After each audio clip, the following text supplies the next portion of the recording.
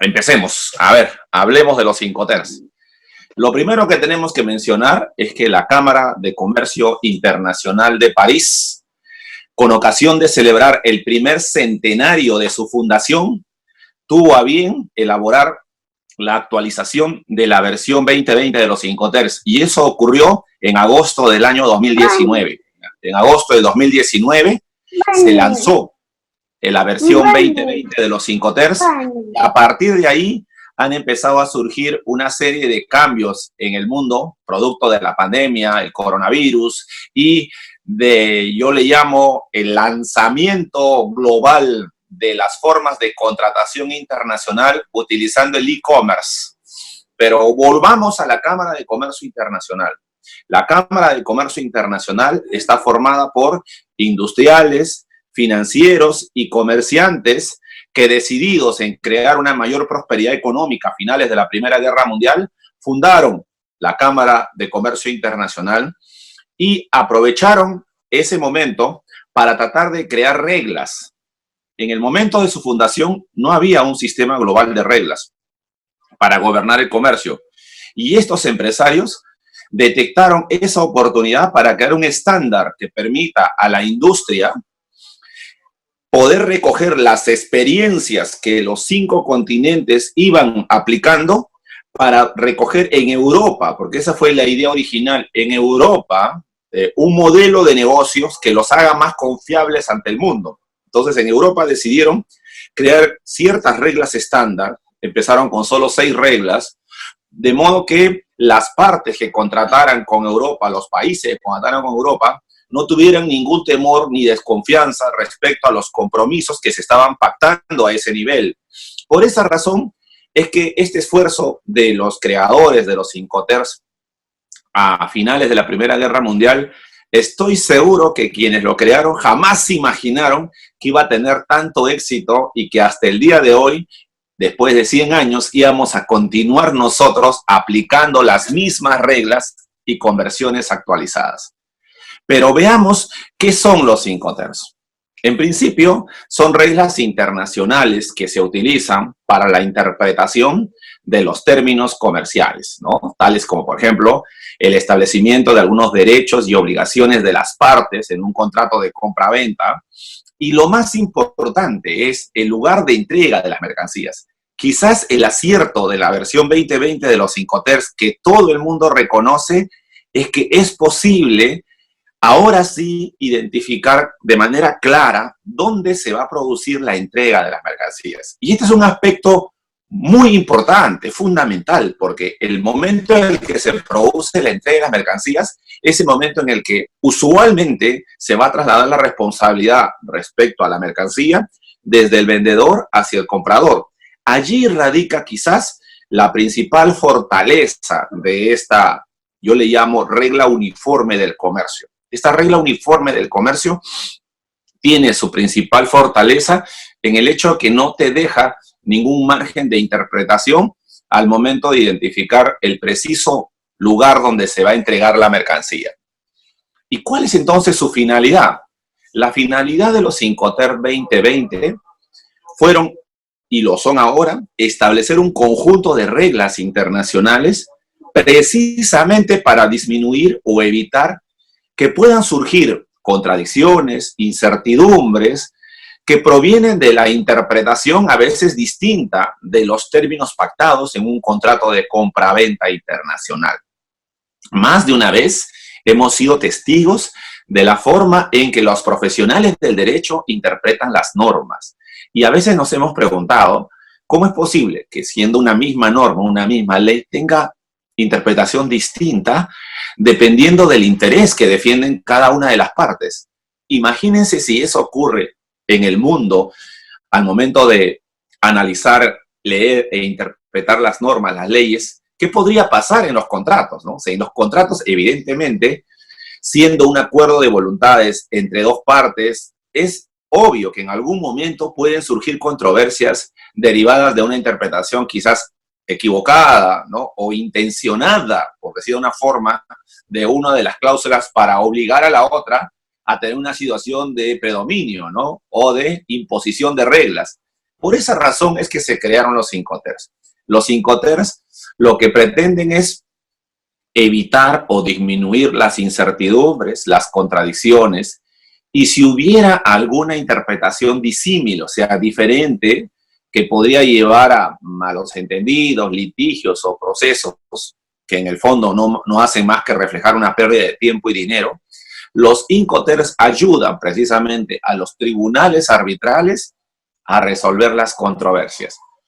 Cuando uno revisa los laudos arbitrales de la Cámara de Comercio Internacional de París, del Tribunal Arbitral de la Organización Mundial del Comercio, o de UNCITRAL, o del CIADI, de pronto se da con la sorpresa que los árbitros lo primero que han hecho es revisar el Incoterm pactado, y sobre la base del Incoterm pactado han empezado a definir cuál de las partes tiene la razón en la pretensión que está solicitando.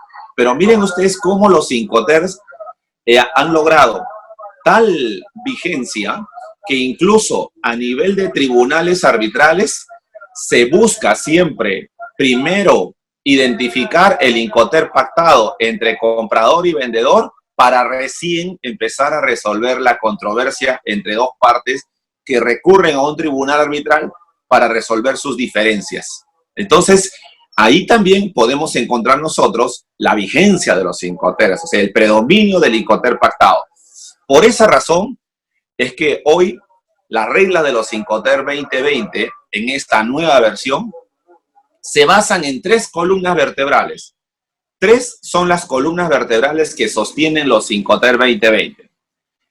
El primero de ellos es el que está regulado por las obligaciones, ¿no? O sea, las obligaciones es un capítulo bastante rico en los Incoterms. En el Manual 2020 de los Incoterms, gran parte de su desarrollo y su redacción está orientado al rubro de las obligaciones.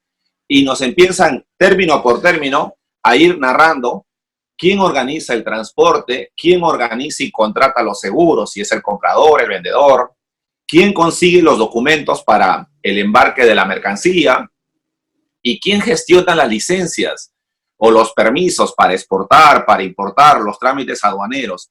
El rubro obligaciones es un rubro muy interesante porque sobre la base de las obligaciones fijadas para cada Incoterm, damos por sobreentendido que cuando las partes eligieron ese Incoterm, lo hicieron conscientes de que estaban en condiciones de aceptar las obligaciones y responsabilidades que ese término Incoterm lo estaba comprometiendo. Y este es un capítulo que vamos a desarrollarlo más adelante también.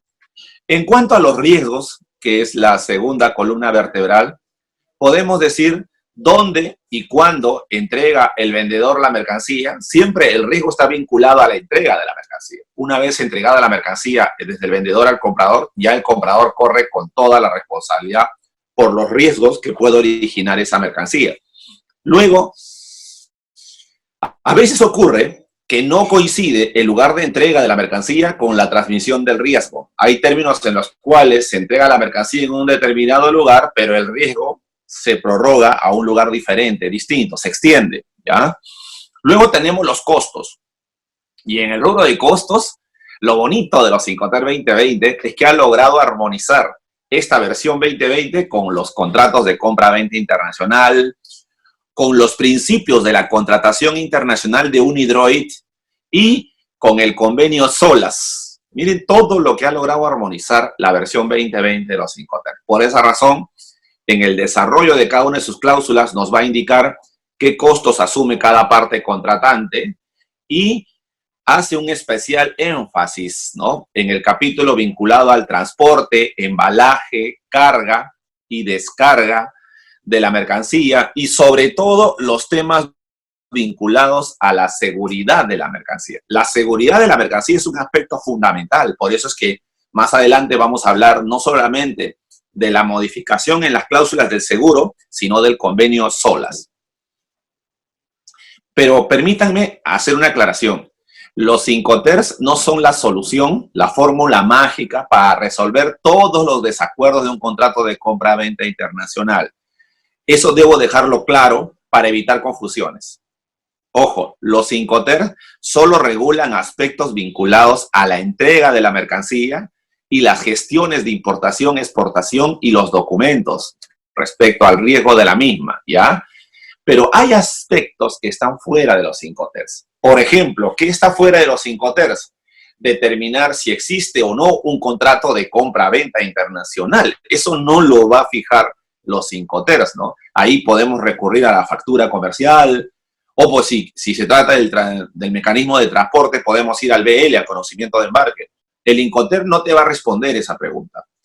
Tampoco los Incoterms sirven para reclamar por un error en el envío de la mercancía porque no cumple con las especificaciones de la mercancía. Si yo he comprado, ¿cierto?, una computadora, una laptop HP con 1 tera, ¿no?, de capacidad de memoria y me están enviando una computadora HP pero con una capacidad de memoria menor, ¿no?, o con especificaciones técnicas menores, entonces esa dificultad en cuanto al incumplimiento respecto a las especificaciones pactadas no se resuelven a nivel de los Incoterms. Ahí vamos a ir necesariamente al contrato de compra-venta internacional.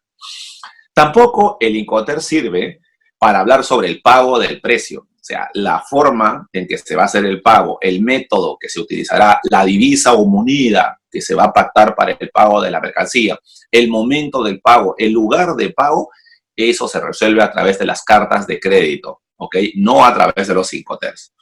Del mismo modo, los Incoterms tampoco van a resolver los recursos jurídicos que disponen las partes según contrato cuando una de ellas incumpla su obligación. O sea, el Incoterm no te va a decir que tienes que ir a un tribunal arbitral, que tienes que ir al poder judicial del país donde se produjo el incumplimiento. Eso está en el contrato de compra-venta, no está en los Incoterms.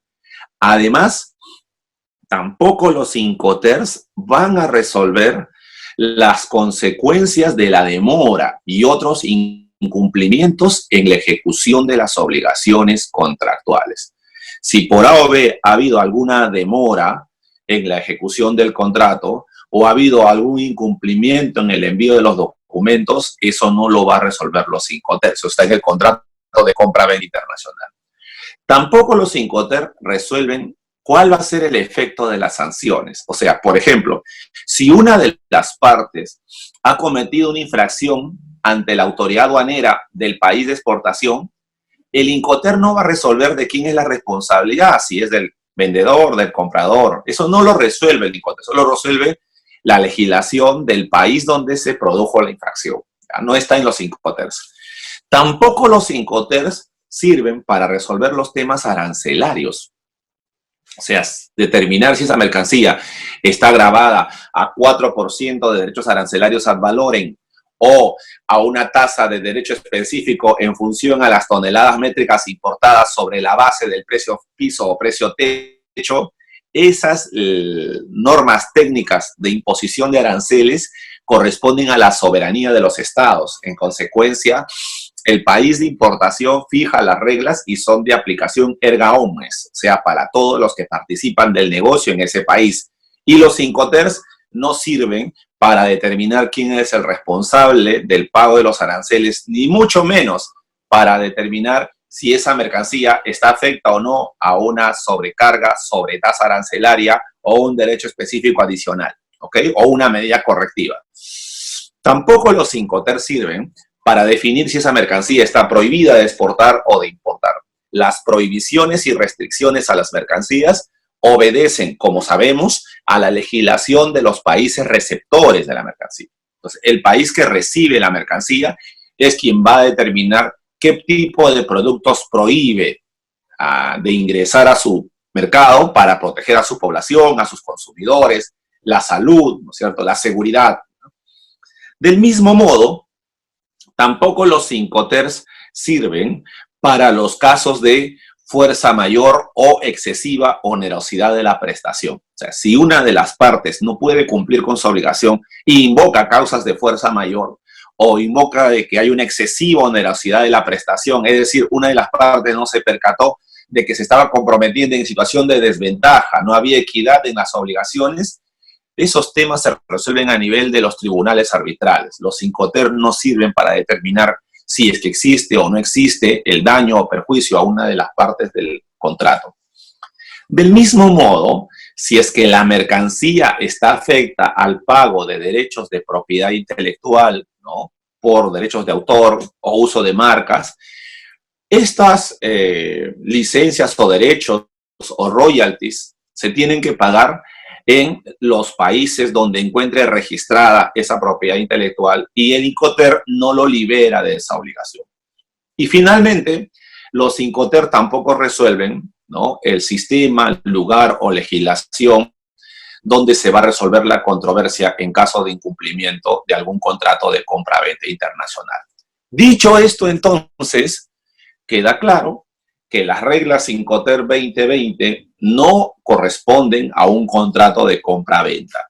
Solo forman parte de ese contrato cuando ya se incorpora a uno ya existente. O sea, la existencia de un contrato de compra-venta es, yo le llamo, la obligación o la contratación madre en los negocios internacionales. Sobre el contrato de compra-venta internacional fluyen pequeños contratos satélites que le dan vida a este contrato madre. El contrato madre, el contrato de compra-venta internacional, se nutre del contrato de transporte, del contrato de seguro, del contrato de agenciamiento, del contrato de intermediación, del contrato de corretaje, del contrato de franquicia, ¿ok?, o del contrato de agenciamiento de carga.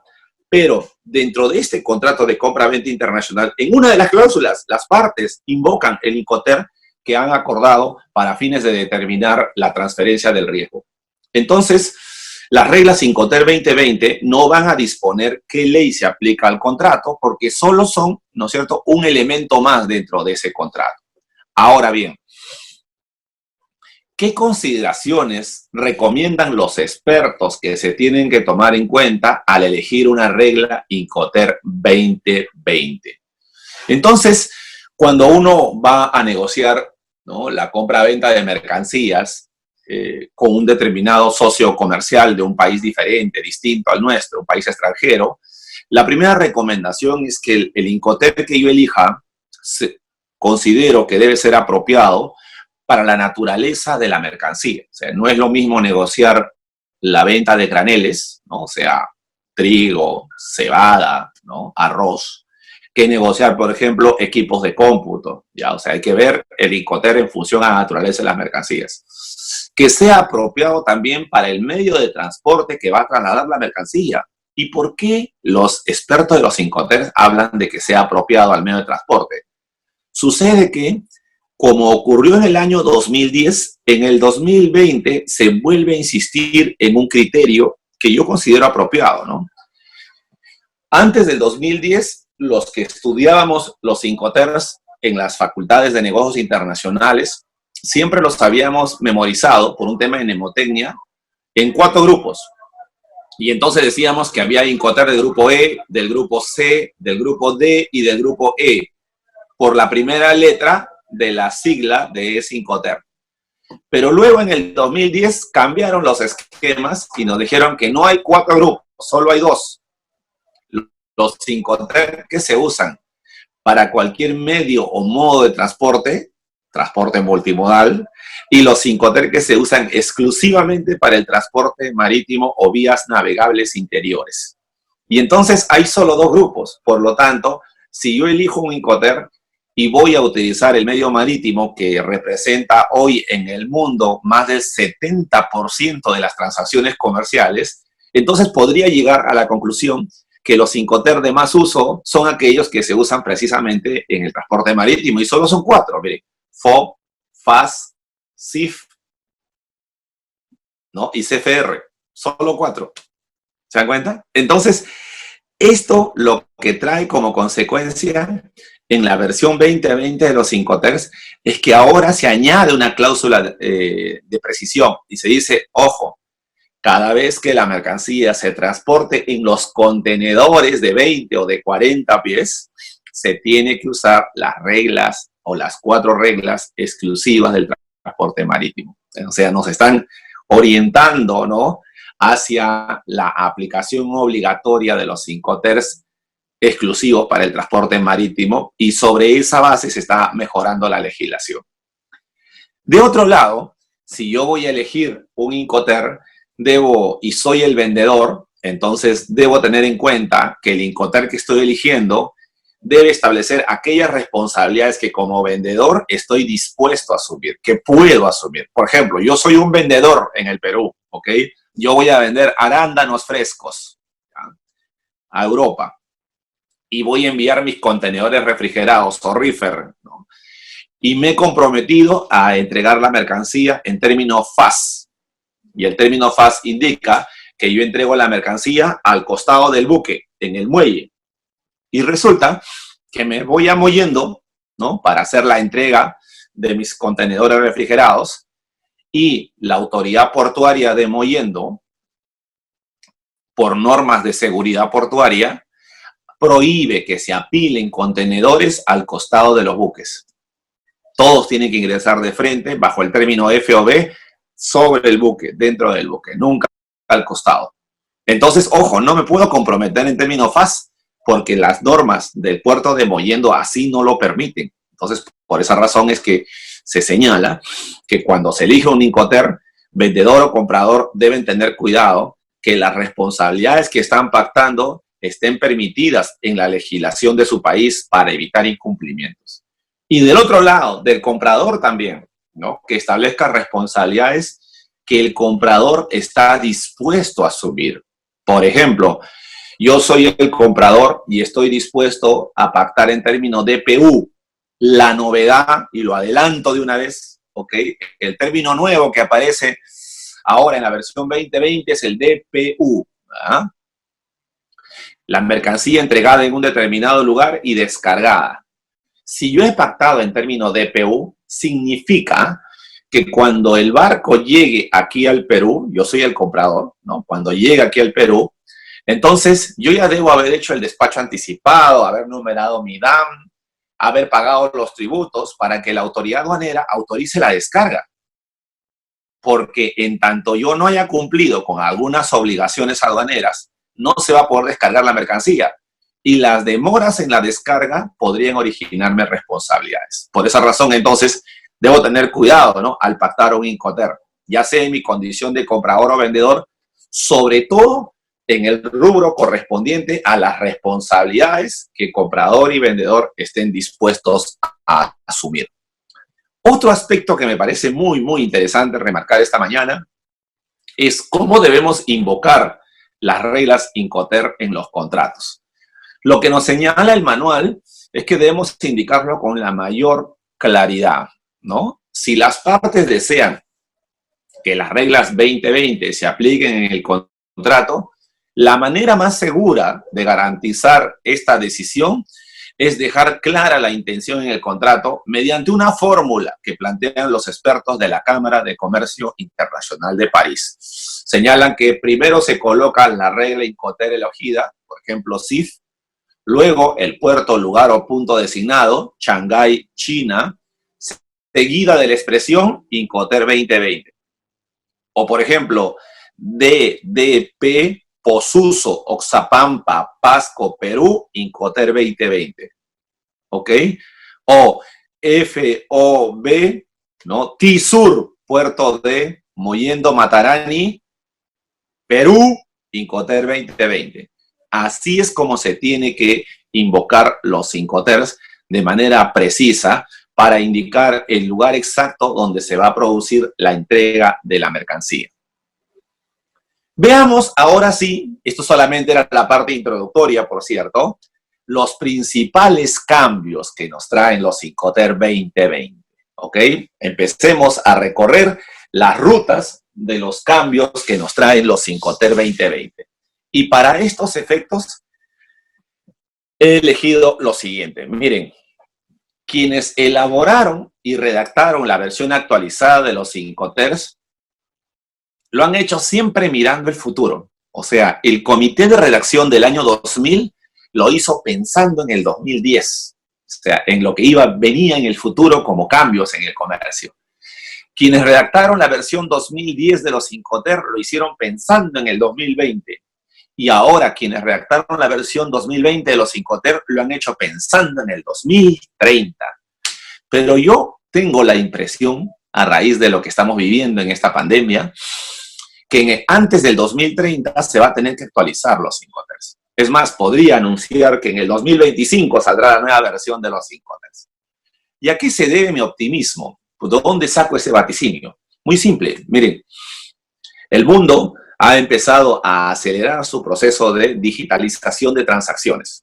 Nosotros, producto del aislamiento, ¿no?, y del confinamiento de las empresas, hemos empezado a idear nuevas formas de contratación y estamos utilizando el e-commerce y estamos obligando prácticamente, y me parece que sea así, que sea perfecto, tanto al gobierno, al Estado, sector público, como al sector privado, a confiar en el sistema digital y en el sistema electrónico del comercio.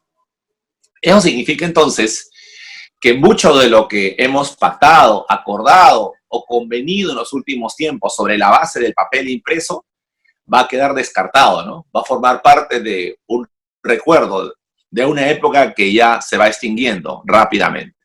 Y es así como, por ejemplo, esta versión 2020 de los Incoterms fue elaborado por un comité de redacción que incorporó por primera vez a los representantes de China y Australia. La mayor parte de los miembros siempre son europeos, pero esta vez volvieron a invitar a un representante de China y Australia y por primera vez China aceptó formar parte de este comité. Este comité ha tenido 150 miembros, principalmente representantes de las cámaras de comercio del mundo, ¿no?, que forman parte ya de la Cámara de Comercio Internacional. La copresidencia de la versión 2020 de los Incoterms estuvo a cargo de Dave Lowe, un representante del Reino Unido, y Christophe Martin Radke de Francia. Pero tuvieron un asesor de lujo, un asesor especial, ya el conocido experto en contrataciones internacionales, Charles de Batista. Charles de Batista fue presidente del Comité de Redacción de los Incoterms 2000 y también fue copresidente en el 2010. En esta oportunidad, en el 2020, fue el asesor especial. ¿Quién mejor que él para conocer, ¿no?, la motivación que tuvieron al actualizar en el 2000 los Incoterms y en el 2010? Por eso, bajo su asesoría, esta copresidencia entre el Reino Unido y Francia nos han mostrado a nosotros esta versión 2020 de los Incoterms. Yo me acuerdo mucho que a inicios del año 2019 se iban filtrando algunas informaciones, especulaciones respecto a lo que traía como novedad la versión 2020 de los Incoterms. Y curiosamente yo buscaba información, ¿no?, en conferencias, charlas, de algunos de los expertos que yo sabía que forman parte de este comité y que iban brindando sus conferencias en Londres, en París, en Roma, para ver qué es lo que iban adelantando. Y cada uno de ellos iba lanzando algunas ideas, ¿no? Y lo que me llamó mucho la atención, y estoy seguro que eso se va a concretar ya en la siguiente versión de los Incoterms, es que tuvieron la oportunidad de analizar y estudiar un nuevo término Incoterm. Ustedes saben que este comité, el 2020, estuvo a punto de aprobar el Incoterm DIO, o sea, D de dedo, I de idioma, O de obligación, DIO, ¿ya? El Incoterm DIO. ¿Y en qué consistía el Incoterm DIO? Miren, qué interesante, porque la verdad que cuando tomé contacto de esto y me tomé conocimiento, recordé muchas cosas que se han ido discutiendo en la versión anterior de los Incoterms. El Incoterm DIO, ¿no?, por sus siglas en inglés, significa Delivery in Orbit, la entrega de la mercancía en el espacio. Entrega de la mercancía en el espacio. Están intentando crear un término Incoterm para el futuro, que es aquel que estamos nosotros viendo con mucha curiosidad hoy día sábado. Hoy día sábado se anunció el segundo intento, ¿no?, del despegue de una nave tripulada al espacio, pero ya no bajo los auspicios del gobierno, sino de una empresa privada, ¿no?, el SpaceX, que por cierto tiene como ingeniera aeroespacial a una peruana, ¿no?, que se va a encargar de la comunicación desde tierra para que los astronautas puedan tener una referencia cierta durante el despegue y durante el desarrollo de este viaje espacial. Y entonces lo que trae como novedad el Incoterm DIO es lo siguiente: determinar las reglas de juego cuando tengamos nosotros que enviar desde la Tierra suministros, alimentos, ¿no es cierto?, sobre todo, hacia las estaciones espaciales construidas, ¿no?, en el espacio, ¿no?, donde existe ya una colonia de ciudadanos, ¿no?, de seres humanos que también tienen necesidades, ¿no?, de alimentación, de medicinas, ¿no?, de ropa y de suministros. Y entonces, miren ustedes qué curioso, no se aprobó, pero sí estuvo durante la etapa de debates en los meses que estuvo el comité de redacción analizando la actualización de la versión 2020 de los Incoterm, sí estuvo en la agenda el Incoterm DIO.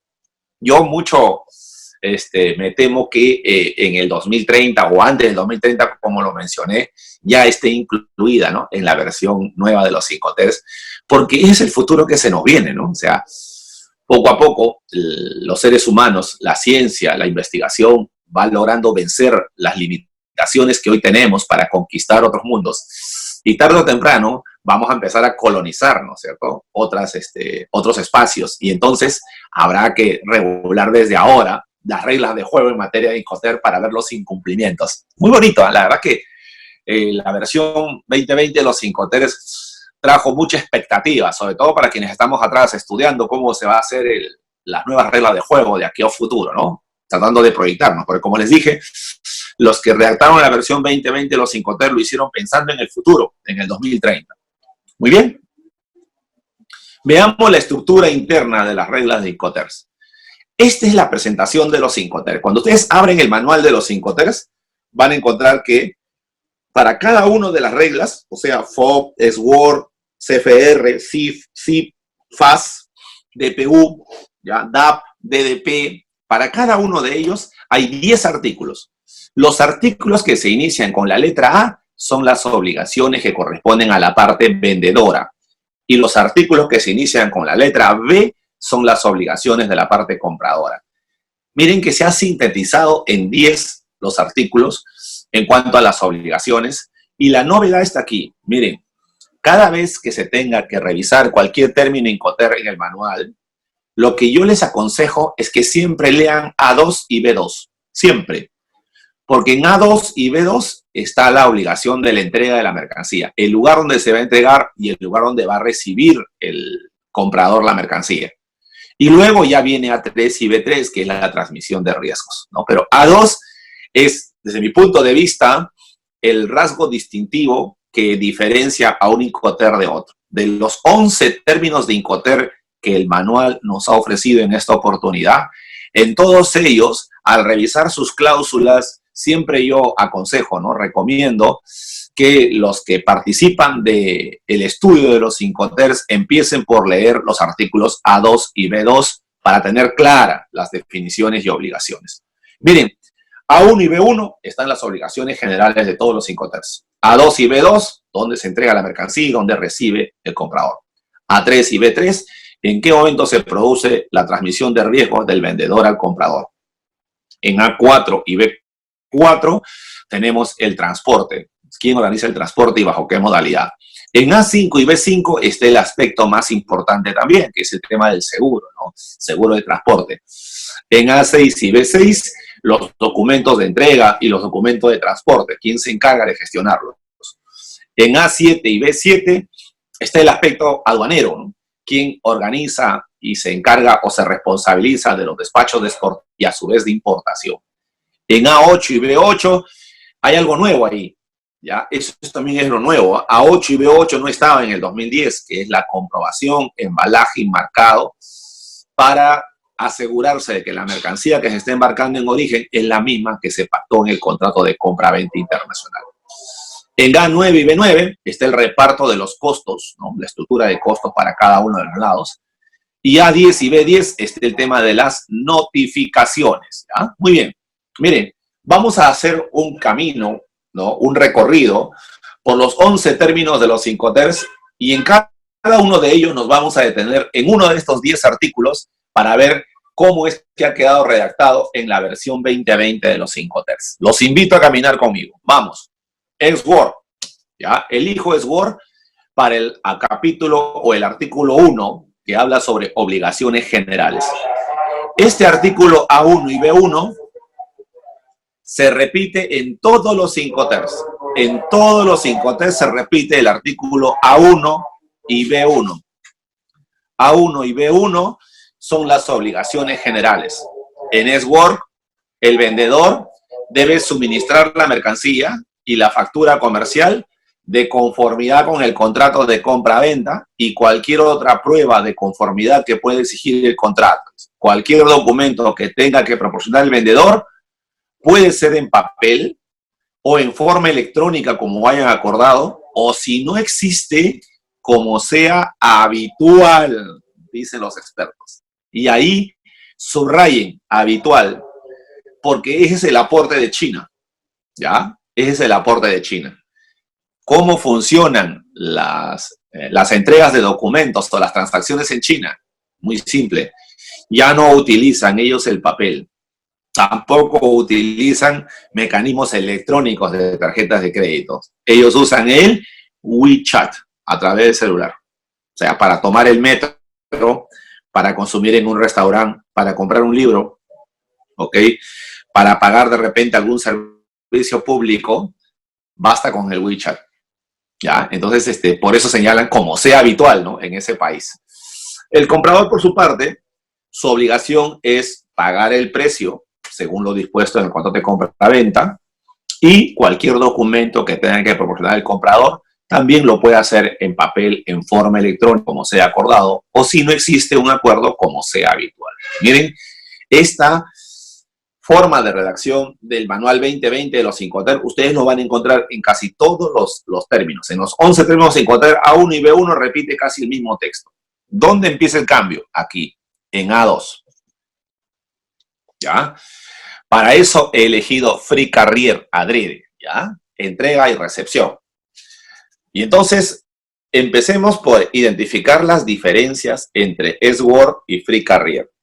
Tanto en el término S-Word como en el término Free Carrier, se entrega la mercancía en el almacén o local del vendedor, en el país del vendedor, en su almacén, en su local o en un almacén fijado por el vendedor. Ahí se entrega la mercancía. Pero ¿qué diferencia, qué distingue el S-Word del Free Carrier? En el S-Word, cuando llega el comprador desde Madrid, España, hacia Arequipa a comprar los productos, cuando llega con su camión y sus estibadores y cargan todos los productos, ¿ok? Al camión, el comprador carga en el S-Word. En cambio, en el Free Carrier, llega nuevamente desde Madrid el comprador hacia Arequipa, coloca el camión en la puerta principal del almacén o local del vendedor y es el vendedor quien con sus estibadores y su personal tiene que cargar la mercancía a bordo de ese camión. Esa es la diferencia.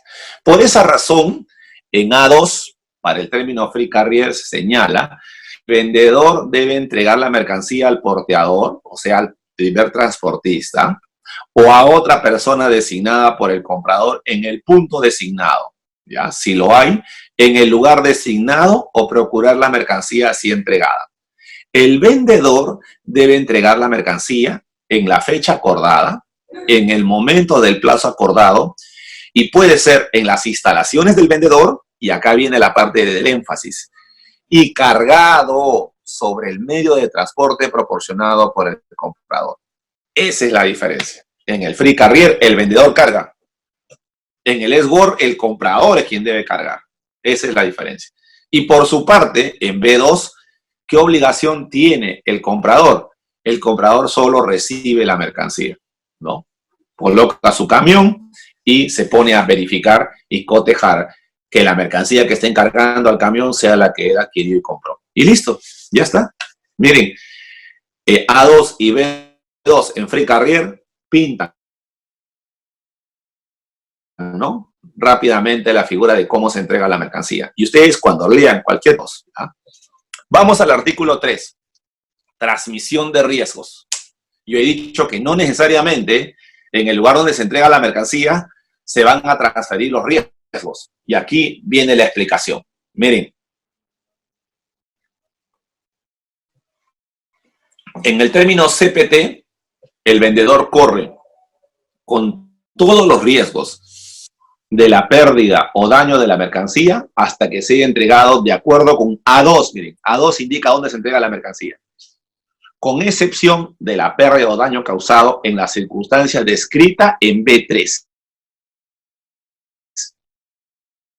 Entonces, en el término CPT, el vendedor se obliga a entregar la mercancía hasta un determinado lugar, hasta ese determinado lugar. Por ejemplo, es una contratación entre Madrid y Arequipa, Perú, pero han acordado que la carga se entregue en Panamá, en un aeropuerto en Panamá. El vendedor va a pagar el flete aéreo hasta el aeropuerto de Panamá y desde ahí el comprador desde Arequipa, ¿no es cierto?, va a Panamá, recoge la carga y lo trae a Arequipa. ¿Estamos de acuerdo? Por avión. Muy bien. El vendedor entonces corre con todos los riesgos de pérdida o daño de la mercancía hasta que lo entregue en Panamá. Pero dice, hay una excepción. En el caso de pérdida o daño causado bajo la circunstancia que señala B3. Veamos B3, pues. En B3 se señala que el comprador, Arequipa, para el ejemplo, corre con todos los riesgos de pérdida o daño de la mercancía desde el momento en que se le haya entregado la mercancía, según lo estipulado en A2, o sea, en Panamá. Si el comprador no da aviso conforme a la cláusula B10, que son notificaciones, entonces corre con todos los riesgos de pérdida o daño de la mercancía desde la fecha acordada o el fin del plazo acordado para la entrega, siempre que la mercancía sea identificado claramente como la mercancía objeto del contrato. O sea, si por A o B el carga el 20 de mayo y no se ha presentado, se presenta hoy día recién, 30 a recoger, muy bien. Se supone que el comprador es responsable si hay pérdida o daño porque el plazo para recoger ya venció el 20 de mayo. Los almacenes en Panamá, la mercancía no está individualizada, no está rotulada, no se ha identificado cuál es la mercancía que debe. El vendedor ha dejado grandes lotes de mercancía para diferentes clientes y naciones según solo almacén. Entonces ahí la pérdida o daño sigue corriendo por cuenta del vendedor. Porque el vendedor tiene que rotular, tiene que identificar de manera clara cuál es la mercancía o el lote que el comprador debe recoger en Panamá.